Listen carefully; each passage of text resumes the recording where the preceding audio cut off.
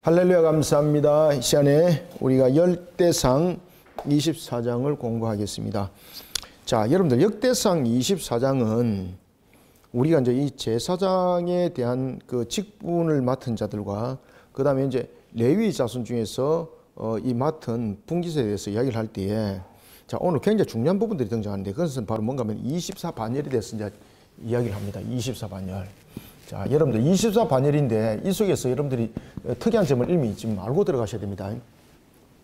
자, 오늘 본문에 보면은 특히 이제 24장은 보면 제사장의 직분과 레위 자손 남은 자들에게 대한 성전 봉사자들에 대한 24반열을 지금 전부 다 이야기를 하고 있거든요. 그러면 이 24반열 통해서 지금 24장은 무엇을 주목하게 하는가 하면은 자신에게 주어진 직무를 어떻게 할 것인가 라는 것입니다. 주어진 직무. 주어진 직무를 어떻게 할 것인가. 특히 이제 주어진 직무에 대해서 우리가 이제 굉장히 중요한 부분들인데 주어진 직무는 우리가 어떻게 감당해야 될 것인가. 이것을 크게 우리가 세 가지로 먼저 보고 들어갑시다. 이 부분들은 주어진 직무에 대해서 이야기할 때는 우리로 하여금은 공동체에는 어떻게 주어진 직무를 수행해야 되는가라는 부분들을 교훈으로 함께 주고 있거든요. 공동체 본분들을.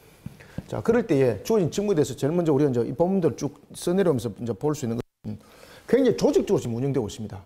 그 주어진 직무에 대해서 우리가 가장 중요한 것들은 뭔가 하면은 하나님 안에서 합리적으로 운영되어야 된다는 겁니다. 주어진 직무는 하나님 안에서 합리적으로 운영되어져야 된다. 그래서 이 24반열이 생깁니다. 24반열이. 그 누구도 예외됨이 없이 누구도 뭐 특혜가 없이 이런 부분들이 24반열이 주어진 직무를 통해서 이야기를 하고 있습니다. 그래서 하나님 안에서 이 부분들을 합리적으로 운영되어져야 되는 것이 공동체의 또한 구성적 요소뿐만 아니라 공동체를 건강하게 지켜나가는 하나의 주요 요인이 되기도 합니다. 그 다음에 또 하나는 24반열은 여러분 잘 보셔야 됩니다. 이 24반열은 자신에게 주어진 것에 대해서 역할도 있지만은 서로 간의 관계가 지금 연결되고 있습니다. 그죠? 연결되어 있거든요. 그러면 이 직무에 대한 24반열은 어떤 부분들을 강조하고 있는가 하면은 직무는 서로 상호 보완적이라는 겁니다. 직무는. 그런 상호 보완적 관계를 가지고 운영되어져야 된다는 겁니다. 직무는 상호 보완적 관계.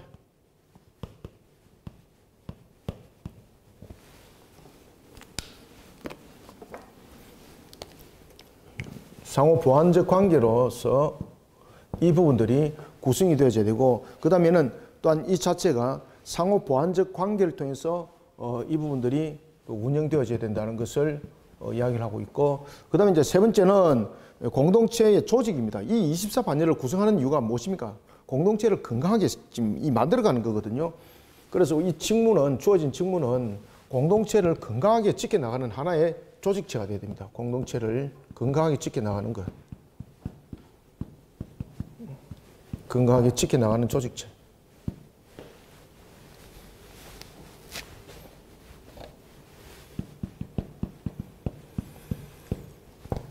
이 부분들이 오늘 여러분들이 지금 가지고 있는 이 24장의 내용입니다. 이 24장. 이 24장이 이러한 내용들에 대해서 우리에게 주는 교훈입니다. 이 24장의 교훈. 자, 그리고 이제 또 하나는 우리가 여러분들이 여기서 이제 여러분들이 이제 그 관심 깊게 보지 않으면 이게 잘 눈에 잘 들어오지 않고 그 다음에 이제 족보에 대해서 확인하기 잘 알지 못하면은 지금 이게 무슨 이야기를 하고 있는가 여러분 이해를 잘 못해요. 그 중에서 가장 또 대표적인 것이 뭔가 하면은 이 공동체를 운영할 때 24반열로 지금 움직이는데 여기에서 특이한 것은 지금 대제사장이 몇 명 등장하는 거 아세요?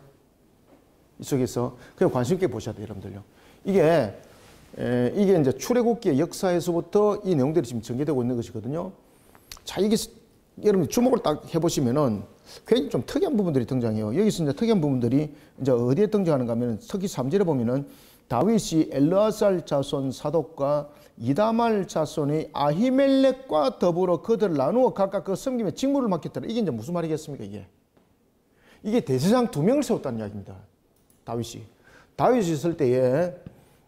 있을 때에 대제사장이 2명이 세워집니다. 2명. 여러분들 대제사장은 한 명입니까? 2명입니까? 한 명이죠. 그런데 다윗이 2명 세웁니다. 왜 2명 세웠을까요? 이 부분은 다윗이 많은 고민을 했습니다. 이 부분들은 신앙적 부분에서 다윗이 이제 이렇게 이제 그 세웠던 가장 그 중요한 이유는 이 신앙적 부분에서 다윗이 합리적 부분들의 운영 방향을 찾았던 것입니다. 왜냐하면은 자, 종교적으로 안정을 구축하는 측면에서 저 안에 본문에서도 말씀드릴게요. 신앙적 부분에 안정을 신앙 부분에서 안정을 찾는 부분에서 이 선택을 다윗이 하게 되는데, 자, 첫 번째 이제 대제사장은 여러분들이 잘 아시는 것처럼 아론의 계열이잖아, 그죠? 그럼 여기 부분들은 아론의 계열이라는 부분에서는 틀림없어요. 그런데 이 대제사장이 맞이를 통해서 일어나잖아요. 그런데 여기서 보면은 여러분 잘 아시는 것처럼 아론의 아들이 4명이었잖아요. 2절에 보면은 나답과 아비후가 죽었죠. 나답과 아비후가 죽었잖아요. 그런데 나답과 아비후가 자녀가 있었습니까? 없었습니까? 자녀가 없었어요. 둘 다 자녀가 없었어요. 자, 그러면은 그 밑에 그 아들들이 누굽니까? 자, 그 밑에 이제 아들들이 누군가 하면은 4절 보십시오. 엘르아살과 이다말이에요. 엘르아살과 요거 알고 들어가셔야 됩니다. 그래서 제가 지금 이 이야기를 먼저 하는 겁니다. 이런 부분들은 다른데 어디 뭐 저 추석서는 찾아봐도 없어요, 여러분들. 이런 것들은. 자, 여기서 이제 그러면 엘르아살과 이다말인데, 자, 이다말과 엘르아살에 대해서 여러분 좀 아셔야 되는데, 자, 우리가 이제 대제사장으로서 이제 그 직계가 이제 이어진다면은 엘르아살로서 이 내용들이 지금 이어져야 되거든요. 엘르아살의 자손 속에서 보면은 여기 사독이 또 있잖아, 그죠? 그래서 분명히 아론의 계열 속에서 엘르아살이 대제사장이 되는 것은 이것은 맞는 거죠. 그런데 여러분들, 자, 사사기에 사사시대 때에 대제사장이 등장하죠. 이 족보글에서 알고 가셔야 돼요.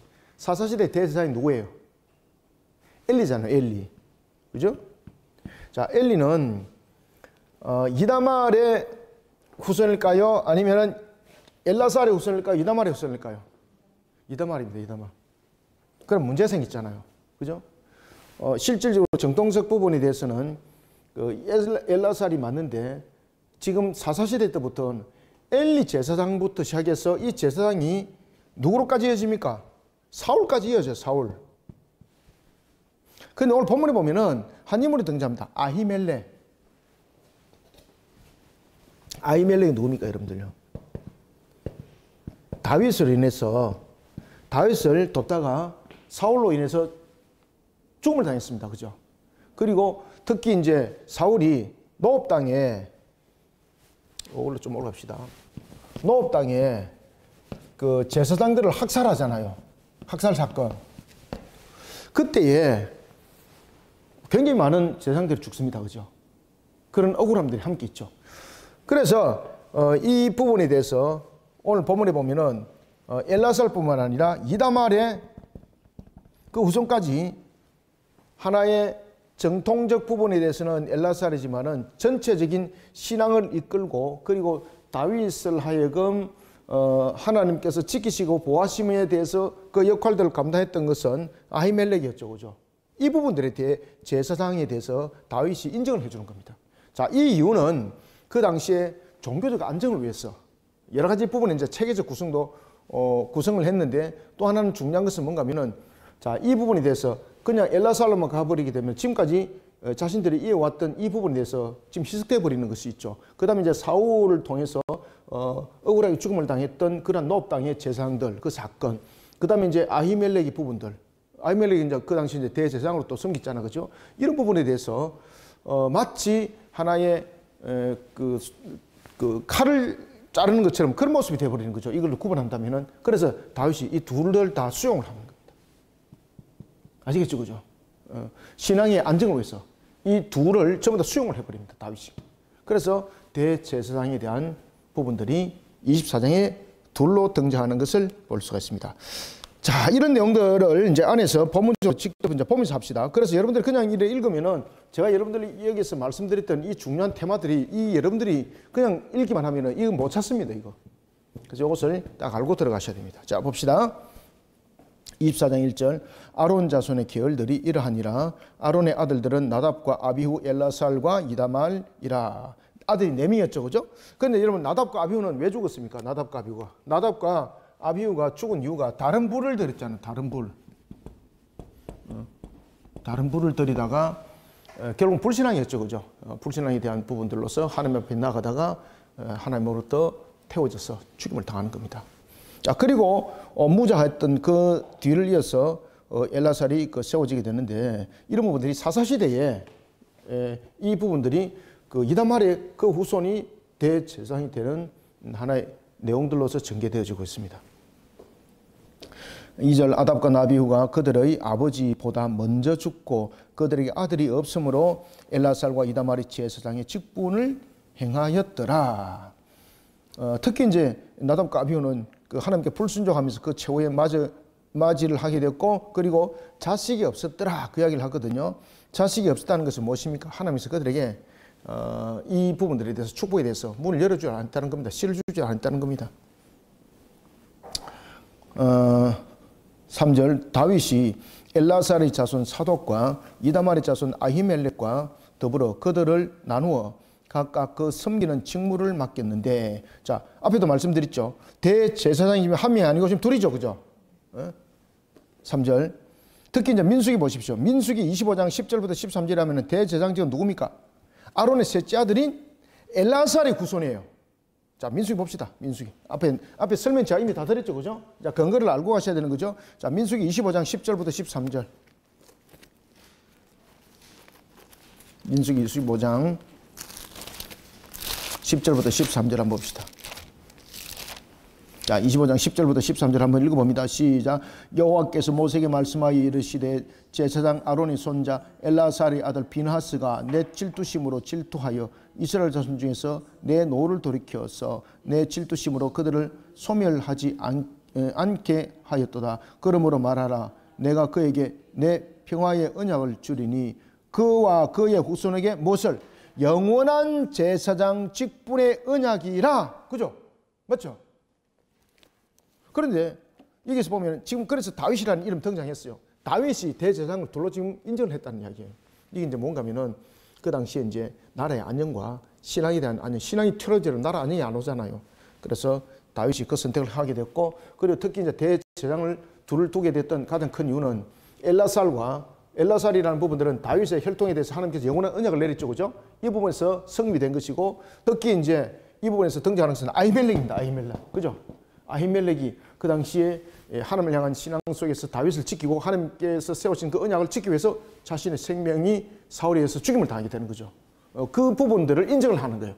그래서 대제사장직을 두 부분들을 함께 인정을 하게 되는 것이 다윗 때였습니다. 자, 이러면서 이제 24반열이 이제 구성되어지는 것을 볼 수가 있습니다. 그리고 대제사장직을 맡게 되었던 부분들은 이제 그 우리가 이다말의 그 자손들이 대제사장직을 맡게 됐던 것은 이제 사사기에서 우리가 바로 발견할 수 있죠. 사사기 보면은 그 엘리가 바로 그 이다말의 후손입니다. 이런 부분들. 그렇지만 이제 이런 부분들이 사울에 의하여서 이제 억울한 죽임을 당했던 아히멜렉까지 연결이 되거든요. 특히 이제 아히멜렉은 다윗과 또 다윗에 지켜줬던 부분에 대한 것과 또 연결고리를 형성하고 있는 것입니다. 자, 이런 부분에서 다윗이 두 그 자손들을 하나의 대제사장직으로 인정을 해주는 겁니다. 이것을 참고하시고 가면 됩니다. 4절 엘라살의 자손 중에 우두머리가 이다말의 자손보다 많으므로. 자, 그런데 이제 여기서 보십시오. 자, 엘라살의 자손 중에 우두머리가 이다말의 자손보다 더 많았습니다. 그 이유는 어디에 있을까요? 제가 이미 말씀 다 드렸습니다. 자, 엘라살은 그냥 그 후손들이 별 어려움 없이 이렇게 달려왔습니다. 그죠? 근데 이다말의 후손들은 나중에 이제 이 엘리 쪽으로 일어나고 엘리 쪽에서도 그 많이 죽죠. 그죠? 가족들이 죽고 이러지만은 특히 이제 가장 큰 몰락을 당했던 것이 언제입니까? 사울에 의해서 노업 땅의 제사장들이 죽임을 당했죠. 이때에 많은 죽임을 당했습니다. 그래서 이다말의 그러한 후손들이 엘라살의 후손보다 작습니다. 숫자가. 그 사건입니다. 그 사건은 바로 노업 땅 사건입니다. 노업 땅에서 사울에 의해서 제사장들이 죽임을 당하잖아요. 집단 학살. 그때의 집단 학살을 당함으로 인해서 그 가족들이, 그 후손들이 수가 급격하게 떨어지는 겁니다. 그 사건들이 지금 연루되어 있는 겁니다. 이 내용은. 봅시다. 그래서 이 내용들이 제비 뽑는데도 이제 차이가 납니다. 엘라살의 자손 중에 우두머리가 이다말 자손보다 많음으로 더 많은 이유는 아시겠죠, 그죠? 노업 땅의 사건으로 인해서 이다말 자손이 많이 죽습니다. 우두머리가 16명이요. 이다말 자손은 그 수가 그 조상들의 가문을 따라 8명이라 절반밖에 안 되잖아, 그죠? 이에 제비뽑아 피차 차등 없이, 자, 이에 제비뽑아 피차 차등 없이라는 것은 이제 24반열을 구성하면서, 자, 이게 이제 섬기는 순서를 정하는 거예요. 자, 섬기는 순서를 정할 때에 피차 차등 없이라고 말하는 것은 무슨 뜻일까요? 피차 차등 없이.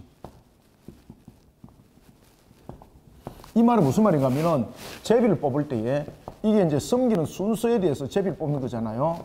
이때에 어떻게 하는가 하면은 엘라살 후손이 하나 먼저 뽑고, 그 다음에 이다말이 하나 뽑고, 그 다음 또 엘라살이 하나 뽑고, 이다말이 하나 뽑고, 이렇게 했다는 거예요. 순차적으로, 교차적으로. 그래서 차등 없이, 피차 차등 없이라는 거예요. 이해됐죠, 그죠? 그래서 이렇게 교차적으로 하나는 엘라살 제사장의 후손이, 하나는 이다말의 후손이 이렇게 교차적으로 갔다는 겁니다. 교차적으로 가면서 8번째까지는 교차적으로 갔어요. 8번째. 자, 8번째까지 교차로 가면 8 곱하기 2는 얼마입니까? 그렇죠. 자, 그런데 8번까지는 교차적으로 간 이유가 무엇입니까? 8번째까지 교차적으로 간 것은 엘라살과 이다말의 자손수가 8에서는 맞는데 9에서는 이제 무엇이 없다는 겁니까? 이다말의 후손이 없어요. 이다말의 후손이 없어요. 그러니까 이제는 9부터는 이 제비를 누구 제비만 뽑히는 겁니까? 그렇죠.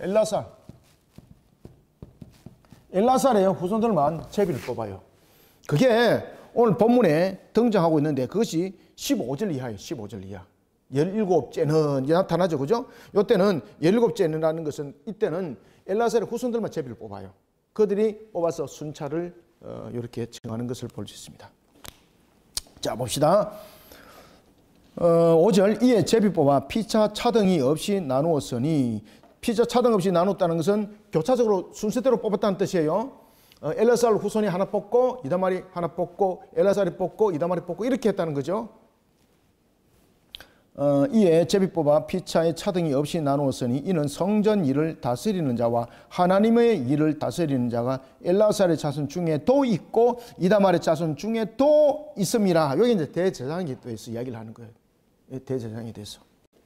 자, 그 다음에 6절 레위 사람 느다넬 아들 서기관 스마야가, 자, 여기서 이제 구약 성경에서 이 서기관이라는 직책이 언제부터 등장하는가 하면 다윗 때부터 집중적으로 등장해요. 그러면은 이 서기관이라는 이 관직을 다윗이 도입을 했다고 보시면 되는 거예요. 그래서 다윗은 이런 그 하나의 그 성막 시대였지만은 성전에 대한 건축을 한다는 것을 가정하에 이 하나의 이 레위인들과 제사장들에 대한 이런 부분들을 굉장히 조직적으로 구성한 것을 볼 수가 있습니다. 그래서 이제 서기관들은 이제 대체로 이제 무엇을 하는가 하면 하나님의 말씀을 가르치고 이런 부분들의 주요 내용들이 있는데 이것이 나중에 신약 시대까지 이어지죠. 그죠? 이런 중요한 내용들이 이렇게 구성되어지는 것을 볼 수 있습니다. 그래서 다윗이 세웠던 이 24반열과 이런 서기관에 대한 이런 직분들은요, 신약 시대 예수님이 있을 때도 그대로 이것이 구성되어진 것을 우리가 볼 수가 있습니다.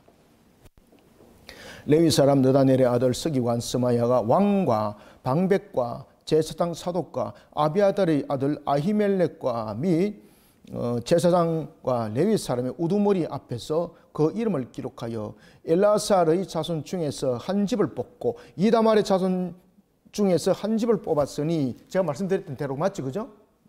그러면서 이렇게 이제 교차적으로 이제 순서대로 했다는 거죠. 자, 첫 번째 제비를 뽑았습니다. 첫째로 제비 뽑힌 자는 여호야립이요, 둘째는 여다야요. 그러니까 여기서 이제 보면은 여호야립은 누구의 자손이라고 볼 수 있는 거예요? 엘라살. 그 다음에 둘째는 누구예요? 여다야는 누구? 그렇지, 이다말. 자, 이렇게까지 가면서 8번째까지가 인멜이 그럼 누구라는 겁니까? 인멜은 이제 이다말의 후손인데, 이제 7째 헤셀에서부터는 전부 다 엘라살 후손이에요. 전부 다. 왜 그런가 하면은 이게 더 이상 이다말 후손들은 제비를 뽑을 순차를 24반열 속에서 그 순차를 제비를 뽑을 사람이 없었어요.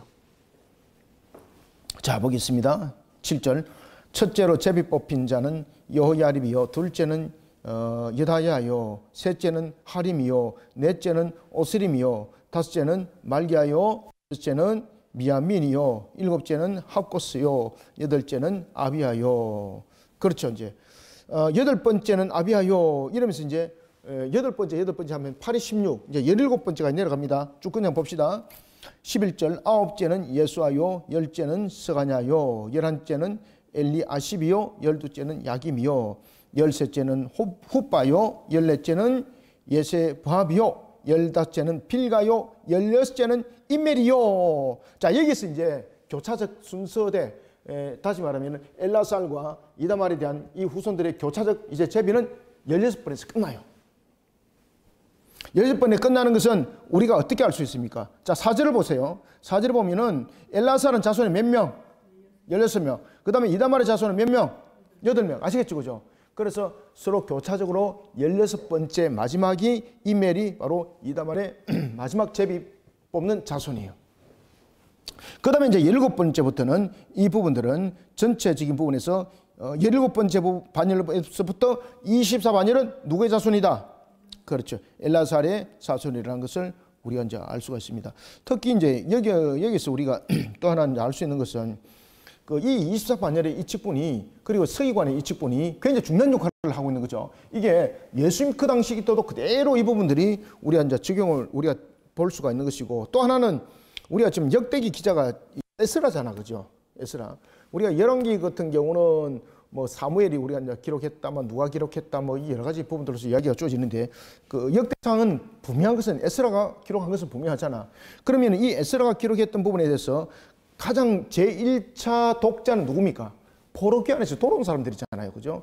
포로기에 돌아온 사람들인데 특히 지금 여기에서 에스라가 무엇을 강조하고 있는가 하면은 이 족보들을 내용을 쓰면서 레위인들에 대해서 특히 제사장 직무 24반열을 굉장히 강조를 해요. 24반열을 굉장히 강조를 하는 것은 지금 이스라엘이 어떤 중심의 나라로 세워져야 된다는 것을 강조하고 있습니까? 성전 중심 국가. 하나님 나라라는 개념 아시겠죠? 그래서 성전 중심, 하나님의 나라에 대한 이러한 하나의 그 믿음, 사상 그런 구조를 에스라가 가지고 있다는 것을 확인할 수 있어요. 이 장면을 통해서. 자, 봅시다. 15절 17째는 헤셀이요. 그래서 이제 여기서 17째 헤셀은 이제 누구 후손입니까? 엘라살. 그러면 18째 누구입니까? 하피세스. 이것도 엘라살. 그러면서 이제 24반열이 구성되어지는 것을 볼 수가 있습니다. 자, 16절 19째는 부다히야요.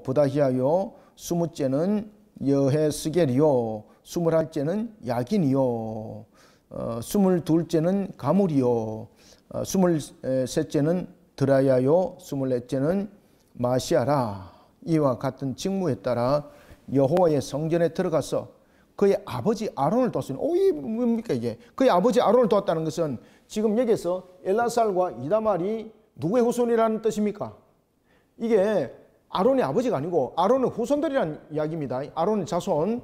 그래서 아론의 아버지를 도와라는 것은 이게 이제 무슨 말인가 하면은 하나님께서 이 지금 대제사장에 대한 직분은 아론의 혈통을 통해서 이 모든 것이 일어날 것을 영원한 언약을 삼았죠, 그죠? 그것을 지금 상징하면서 아버지라는 단어를 쓴 겁니다. 그의 아버지 아론을 도왔으니 이는 이스라엘의 하나님 여호와께서 명하신 규례더라. 자, 그러면서 이제 레위 자손에 대한 부분들을 이제 이야기를 하고 있습니다. 자, 그러면은 일반 성전 봉사는 레위인들은 어떻는가? 그들도 똑같은 24반열을 구성해요. 여러분들 24반열을 구성할 때에 대제사장만 24반열을 구성하고 그 다음에 뭐 제사장 외에는 그냥 24반열을 구성하지 않았다 또는 12반열을 구성했다 이러면 빈대가 맞습니까? 맞습니까? 안 맞습니다. 그래서 앞에도 제가 말씀드렸던 것처럼 하나님께서 합리적 운영이 되어야 되고 그 다음에 직무가 상호 보완적 관계를 이루어져야 되고 그 다음에 건강한 공동체를 구성하는 측면에서 이 24반열의 직무가 지금 구성되어 있는 것이거든요.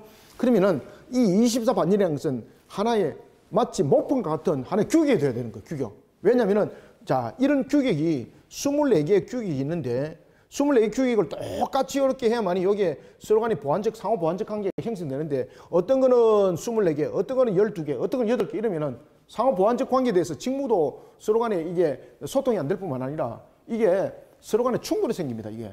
그래서 모든 것이 24반열로 이루어집니다. 그래서 심지어 찬양대도 24반열이죠. 그 다음에 성전지기도 24반열이죠. 그래서 이 24반열이 하나의 제도가 되는 겁니다. 제도.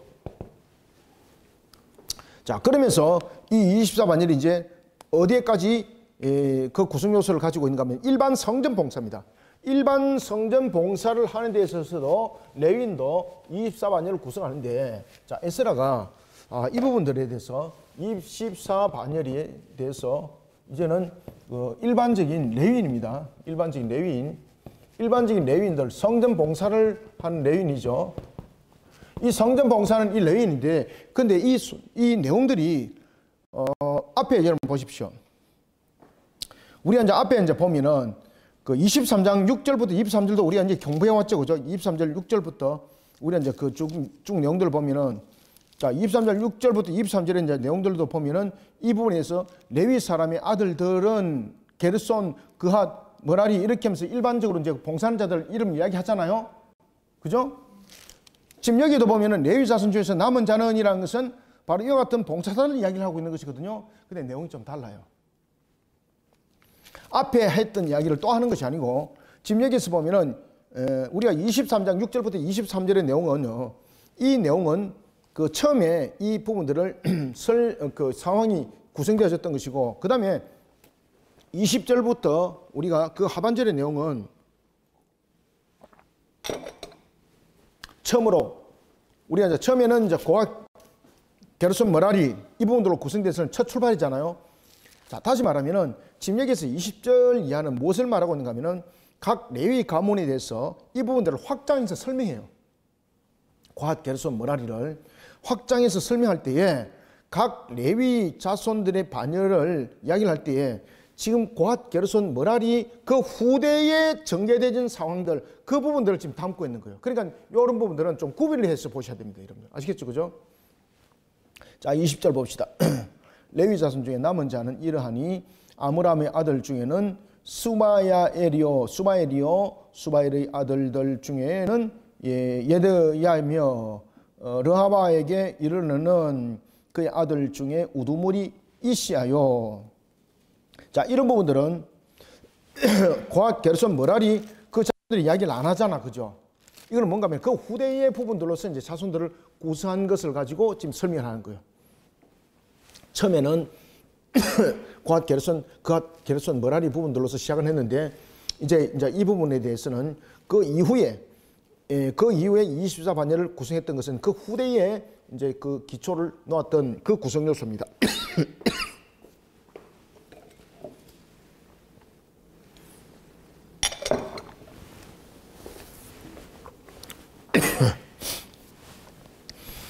레위 자손 20절 레위 자손 중에 남은 자는 이러하니 아므람의 아들 중에서 수바엘이요 수바엘의 아들 중에서는 예드야며 르하바에게 이르렀으는 그의 아들들 중에 우두물이 이시아요. 제가 지금 목이 이게 더운 공기가 들어가지고 목이 지금 메말라서 그래요. 조금 빨리 진행하겠습니다. 22절 이스라엘의 아들들 중에는 슬로못이요 슬로못의 아들들 중에는 야하시요 헤브론의 아들들은 장자 여리야와 둘째 아마랴와 셋째 야시엘과 넷째 예가맘이요 우시엘의 아들들은 미가요 미가의 아들들 중에는 사밀이요 미가의 아우는 이시아라 이시아의 아들들 중에는 스가랴이며, 여기서 스가랴는 여러분들 누군지는 알 수 없는 겁니다. 이거는 그 요시아 시대 때 활동했던 스가랴인지 이거 알 수 없는 겁니다. 이거는. 자, 26절 머라리의 아들들은 마훌리와 무시요 야시아의 아들들은 브노이니 머라리의 자손 야시아는 에게서 난 자는 브노와 소함과 삭굴과 이브리요. 마흘리의 아들 중에는 엘라살이니 엘라살은 아들이 없으며. 자, 여기서 여러분 보시면은 자 24반열을 구성하는 데 있어서 지금 문제가 생겼습니다. 여러 가지 부분에서 지금 여기서 보면은 여기서 엘라사는 아들이 없다 그랬잖아요. 그러면은 24반열에서 빠지는 거잖아요. 그죠? 자, 여기서 그러면 24반열에서 이제 빠지면 문제가 생기게 되는 거죠. 그래서 이 속에서 그 어느 누구도 소외됨이 없이 빠짐이 없이 하기 위해서 지금 어떤 내용이 구성되어지는가 하면은 이런 24반열에서 여기서 아들이 없다 그랬잖아요. 엘라살은. 그러면 엘라살은 아들이 없으면 지금 여기서 24반열에서 이제 레위인들이 이 부분들이 이제 이 엘라살은 앞에 엘라살이 아닙니다. 동맹인입니다. 그 엘라살은 보면은 24반열에서 빠져야 되는 거예요. 자, 그래서 이 속에서 무슨 배려가 있는가 하면은 그의 형제 가운데 기스의 아들들이 있었습니다. 이 기스의 아들들이 엘라살의 딸들에게 장가가가지고 그들의 대를 잇는, 그런 쉽게 말하면은 자신들의 가문 속에서 여러 아들이 있는 그 아들을 지금 소외되어 가문을 잇지 못하는 그 부분에 반열을 잇게 해서 그들에게 그 자녀를 보내주는 거예요. 마치 그 양자를 데리듯이 말입니다. 지금 그러한 부분들이 형성이 되어서 엘라살이 24반열을 구성하게 되었습니다. 이 말입니다. 이게. 그러니까 이 24반열을 구성하면서 참 보면은 어떤 개인적인 부분들을 우선하는 것이 아니라 항상 하나님의 영광, 하나님의 나라, 그리고 하나님의 일하심에 대한 하나님의 나라의 뜻을 세우는 것, 이 부분들이 항상 여러분 우선이 된 것을 우리가 볼 수가 있습니다. 모든 부분의 순차적 부분은. 그래서 모든 부분의 순차적 부분들은 개인의 입장이 아니고 혈연의 입장이 아니고 항상 하나님의 언약을 이어가는 측면에서의 이 레위인들이 굉장히 중요하게 그 중심에 세워졌다는 것을 우리가 볼 수 있고요.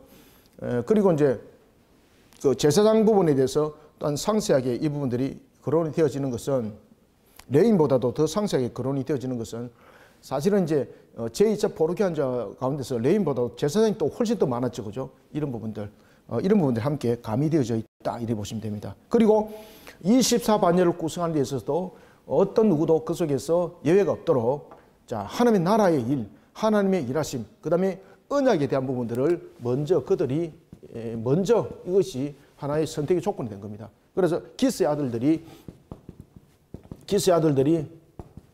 엘라살의 딸과 결혼했잖아요. 이거는 단순한 결혼이 아닙니다. 이거는 단순한 결혼이 아니고 그 엘라살의 그 가문들이 24반열에서 탈락되지 않도록 그들이 마치 양자로서의 하나의 모습을 담으면서 기스의 아들들이 엘라살의 딸들과 결혼해요. 그러면서 엘라살이 24반열을 구성하게 되는 겁니다. 이런 측면은 앞에도 제가 말씀드렸던 것처럼 어떤 혈연이 우선되지 않고 어떤 자신들의 개인이 우선되지 않고 항상 하나님의 나라, 그 다음에 하나님의 언약, 이 부분들이 항상 먼저 우선순위에 있다는 것을 증명을 시켜주고 있습니다. 우리도 마찬가지입니다. 우리도 어떤 일들을 할 때, 그 다음에 우리가 삶을 살아갈 때도 제일 우선이 되는 것은 우리가 아니라 바로 하나님이라는 것이고, 그리고 또한 우리의 근본적 모습 속에서 삶의 형태보다는 하나님의 나라를 더욱더 견고하게 세워나가는 것이 1순위가 되어야 된다는 이야기입니다. 지금 이해됐죠? 그죠? 이런 부분들이 기스의 아들들이 엘라살의 딸들과 결혼하여라는 부분들이 증거하고 있습니다. 그래서 24반열이 무너지지 않도록 하는 거예요. 공동체를 건강하게 지켜나가는 거예요. 24반열을 이렇게 지키는 겁니다. 자, 계속해서 보겠습니다. 29절. 기스에게 이르는 그의 아들 엘라무엘이요 무시의 아들들은 마홀리와 에델과 여리모시니 이는 다 그 조상의 가문에 따라 기록한 레위 자손이라. 이 여러 사람도, 여기서 이 여러 사람도는 누굽니까? 일반 성전 봉사 레위는 24반열입니다. 이거 일반 성전 봉사 가운데서 레위는 24반열입니다. 이거. 이 여러 사람도 다윗 왕과 사독과 아히멜렉과 제사장과 레위 우두머리 앞에서 그들의 형제 아론 자손처럼 제비 뽑혔으니 장자의 가문과 막내 동생의 가문이 다름이 없더라. 그래서 이 부분에서 누구도 소외됨이 없이, 이 24반열은 누구도 소외됨이 없이, 그리고 또한 24반열은 누구도 특혜가 없이, 이겁니다. 누구도 소외 없이, 누구도 특혜도 없이. 그래서 이 24반열은 공동체를 건강하게 지켜나가는 하나의 조직체가 구성이 되는 겁니다. 건강하게 지켜나가는 하나의 조직체 구성이 되는 것을 우리가 이제 볼 수가 있습니다. 이런 속에 우리가 이제 주어진 안에 족보들은 이렇게 보시면 되겠고, 그 다음에 이제 뒤에는 제가 이제 말씀드렸던 것처럼 이제 찬양대의 24반열이 소개됩니다. 그리고 26장에는 이제 성전직에 대한 그 반열들이 소개되어지고 이런 부분들이 계속해서 족보 순서로 나눠지면서 우리가 공동체를 어떻게 건강하게 지켜나가고 세워나가야 되는가를 가르쳐주고 있습니다. 자, 오늘은 24장 여기까지 하겠습니다. 감사합니다. 수고하셨습니다. 하나님 감사합니다. 주님께서 베푸시는 은혜 속에 오늘도 우리에게 성전에 대한 24반열의 조직을 구성할 때에 참으로 다윗이 하나님의 나라를 바라보면서 그가 이다말과 엘라살의 두 자손을 대제사장으로 세웠던 이유를 또한 우리로 하여금 깨닫게 하시고 알게 하셨던 하나님. 그런가 하면 또한 하나님께 주신 은혜 속에 에스라는 이 부분들을 조명하면서 하나님의 나라를 세워나가는 그 중요함이 우리의 무엇보다도 최고의 우선에, 그것은 선택이 아니라 최우선에 이루어야 된다는 것을 조명해 주고 있습니다. 우리가 하나님의 나라를 위해서 또한 우리가 주님 뜻을 세워나감이 우리의 시간과 여유가 있어서 행하는 것이 아니라 모든 것이 그 순서가 우선이 되어야 되는 것이 무엇인지를 다시 깨닫게 하는 시간인 줄 압니다. 주어진 말씀이 우리 속의 삶과 마음판속에 각인되어지고 색인되어져서 하나님의 나라를 세워나가는 일에 우리의 근본들이 제일 먼저 첫 번째가 되게 하여 주시고 우리가 하나님의 나라를 위해서 달려가는 신앙이 모든 것의 첫 번째가 우선이 되게 하여 주옵소서. 이러한 속에 우리 모든 성도들 하나님께서 이미 축복하신 선언적 축복, 생육번성 충만함의 그 축복이 모든 삶의 여정 속에 일어나기를 소망하며 예수님의 이름으로 기도드립나이다. 아멘.